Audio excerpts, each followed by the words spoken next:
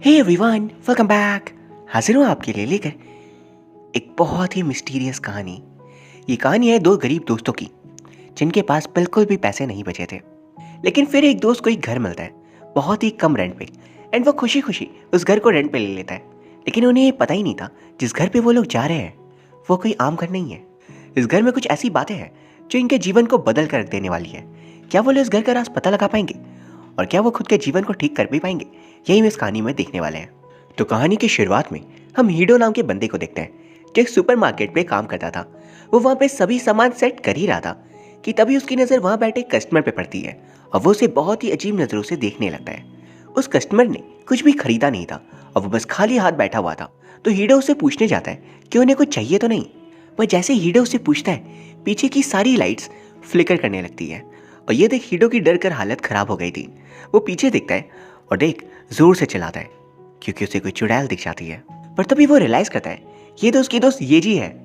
वो येजी को देख उसे पूछता है आखिर तुम्हें हुआ क्या है, इतने बारिश में तुम भीग कर क्यों आई हो, कहीं तुम नशे वशे तो नहीं करती। येजी उसे दिखाती है देखो मैं दोबारा उस एग्जाम में फेल हो गई और तो और आज जो इंटरव्यू था उस पर भी मैं सिलेक्ट नहीं हो पाई।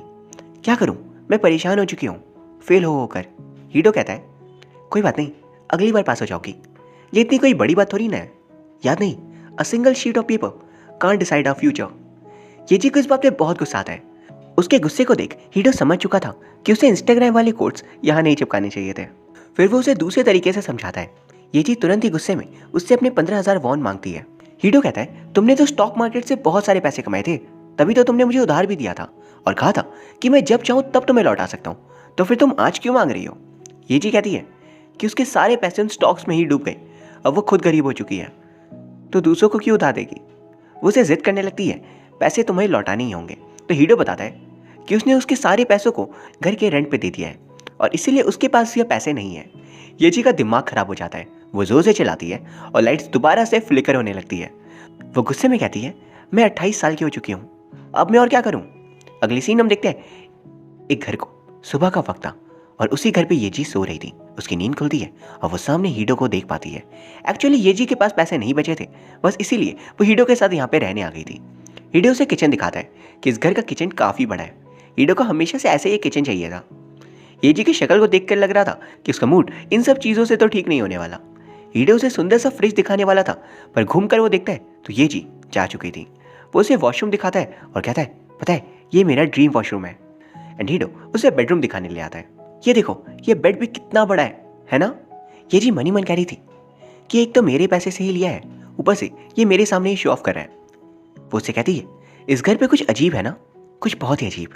तभी उसकी नजर सामने खिड़की पे पड़ती है, किसी की वहां पर परछाई थी। ये जी तुरंत खिड़की खोलती है और देखती है कि सामने जो उनका पड़ोसी है वो सामने की तरफ देख रहा था। उन दोनों को देखते ही वो पड़ोसी नीचे गिर जाता है। उसका नाम था जिन। फिर वो लोग उसे हाई करते हैं एंड जिन को लगता है वो दोनों कपल्स हैं। ये जी तुरंत जाकर उसके सामने बात को क्लैरिफाई करती है कि बिल्कुल भी नहीं। जिन कहता है अच्छा भाई बहन हो।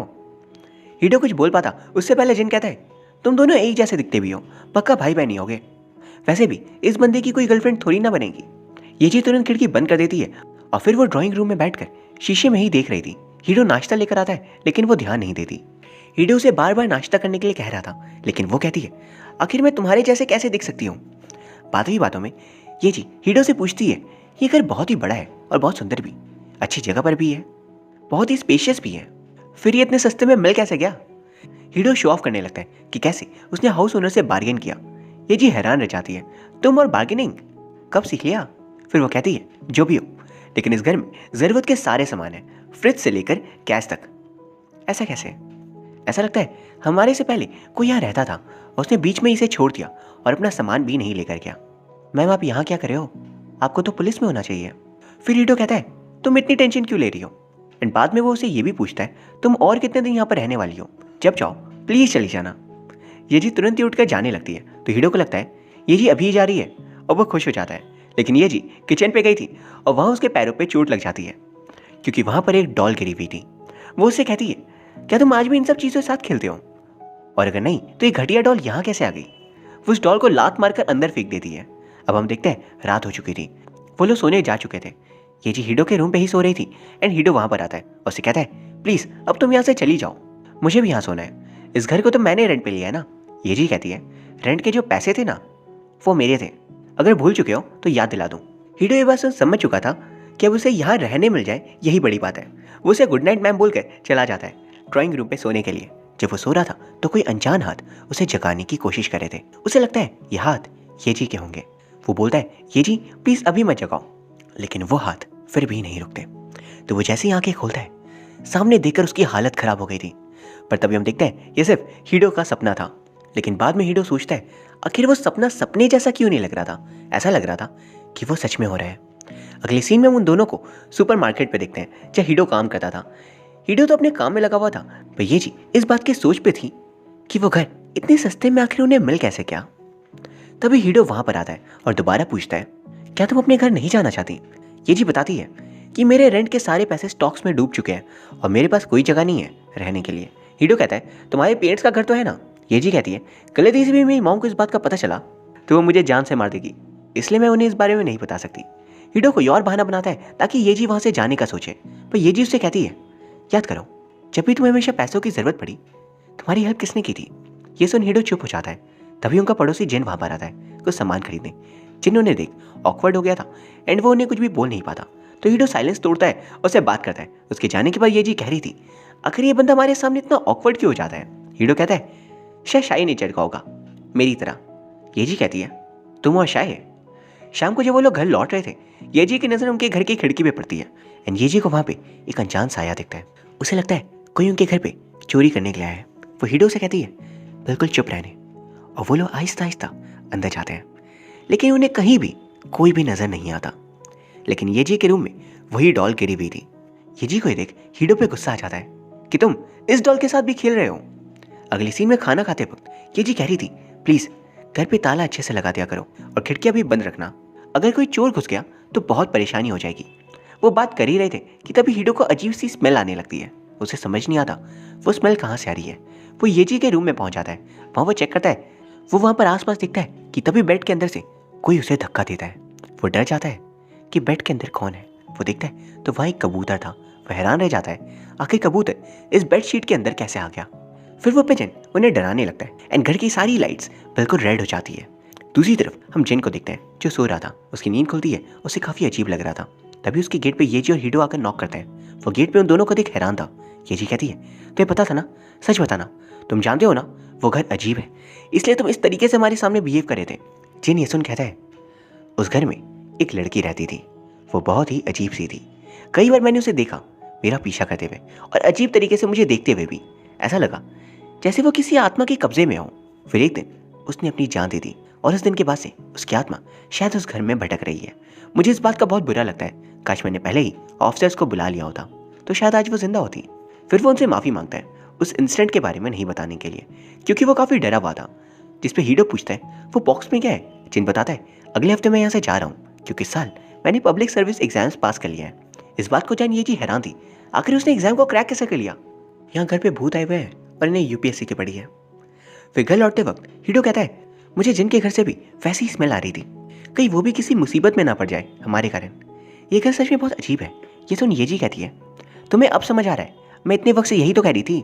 जल्दी से एग्रीमेंट निकालो और चलो हाउस ओनर के पास हम चलते हैं, इस घर को हम छोड़ देंगे। ये जी हाउस ओनर से बात करती है और उससे नाराज होती है कि आपने हमें ये कैसे कर दे दिया है एंड आपने हमें पहले क्यों नहीं बताया कि यहाँ पे किसी ने अपनी जान दे दी थी। हम यहाँ नहीं रहना चाहते, हमें दूसरी जगह दो या फिर पैसे वापस करो। हाउस ओनर उसे एग्रीमेंट दिखाता है। उस पर लिखा था, आप इस घर के एग्रीमेंट को इसलिए नहीं तोड़ सकते कि यहाँ पे किसी ने अपनी जान दे दी।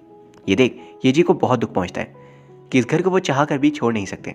और तो और हीडो ने एग्रीमेंट पूरे 3 साल के लिए बनवाया था, मतलब उनके पास और कोई भी चारा नहीं, यहाँ पर उन्हें 3 साल रहना होगा अगर वो जिंदा बच पाए तब। ये जी उस पर नाराज होती है। सभी लोग 1 साल के लिए साइन करते हैं, तुमने 3 साल के लिए क्यों कर दिया।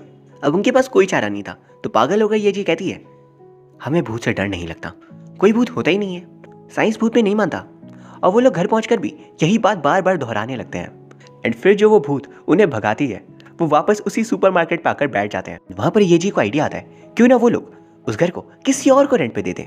और वो लोग बिल्कुल वैसे ही करते हैं, लेकिन हर बार वो भूत आने वाले लोगों को भगा देती थी, कभी अर्थक्वेक या तो कभी खुद ही डरा कर।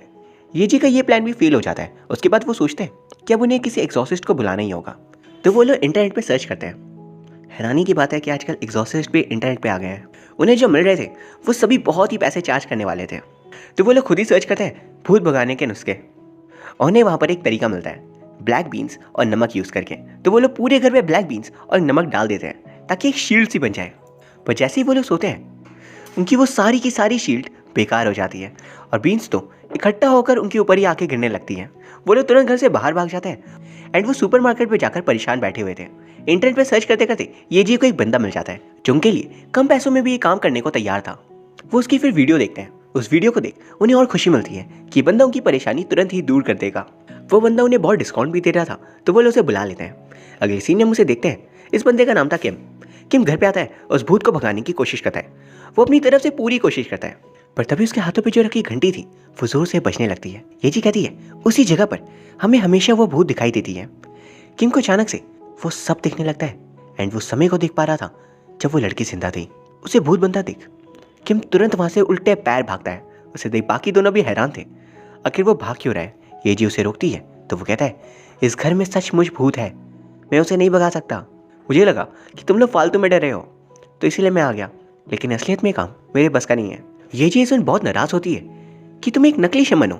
फिर वो लोग एक जगह पर बैठे थे जहाँ किम बताता है कि मेरी ग्रैंडमदर बहुत ही बड़ी शमन थी, इसलिए मुझे लगा कि मैं भी इसका यूज़ कर पैसे कमा पाऊंगा, लेकिन मैं ऐसा नहीं कर सकता, मैं उनकी तरह स्किलफुल नहीं हूँ। ये जी उसे कहती है बस मेरे पैसे वापस कर दो फिर जाओ।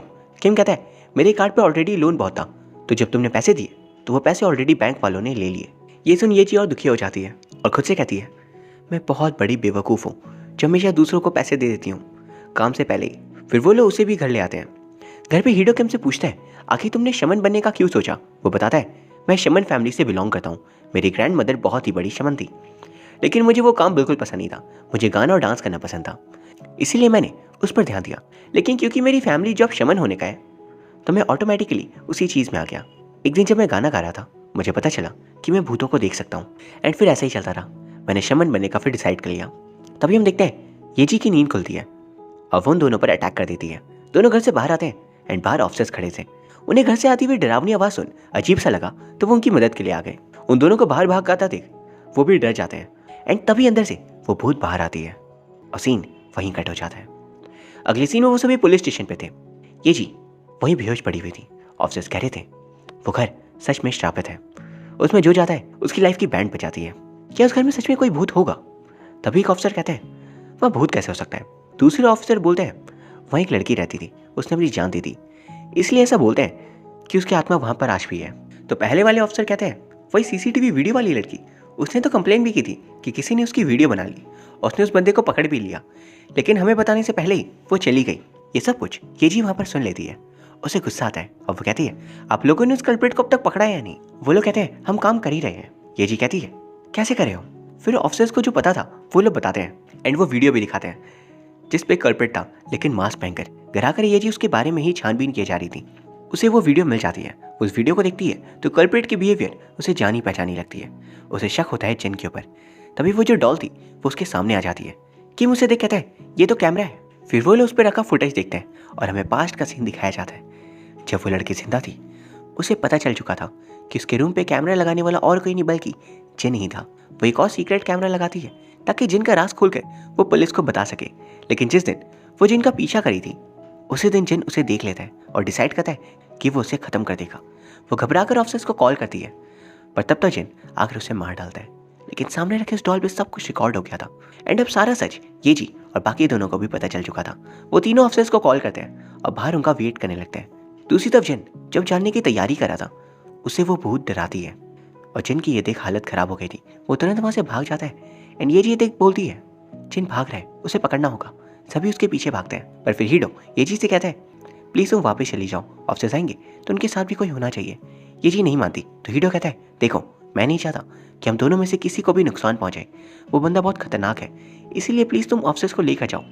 फिर हीडो जिन को ही ढूंढ रहा था कि तभी जिन पीछे से आकर उसे स्टैप कर देता है और कहता है मैं क्या करूँ, दुनिया के लोगों ने उस वीडियो को इतना देखा, उन्हें नहीं देखना चाहिए था। अब मैं उस लड़की के लिए अपने करियर को तो दांव पे नहीं लगा रहा।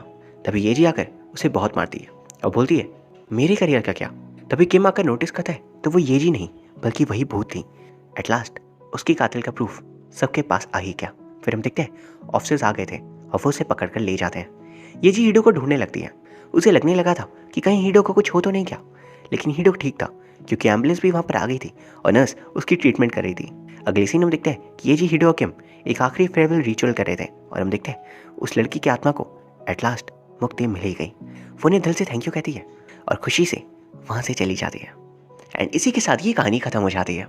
उम्मीद करता हूँ आपको ये कहानी पसंद आई होगी। अगर हाँ देन प्लीज़ चैनल को सब्सक्राइब कर लीजिए एंड इस वीडियो को लाइक भी। Thank you very much for watching. See you soon.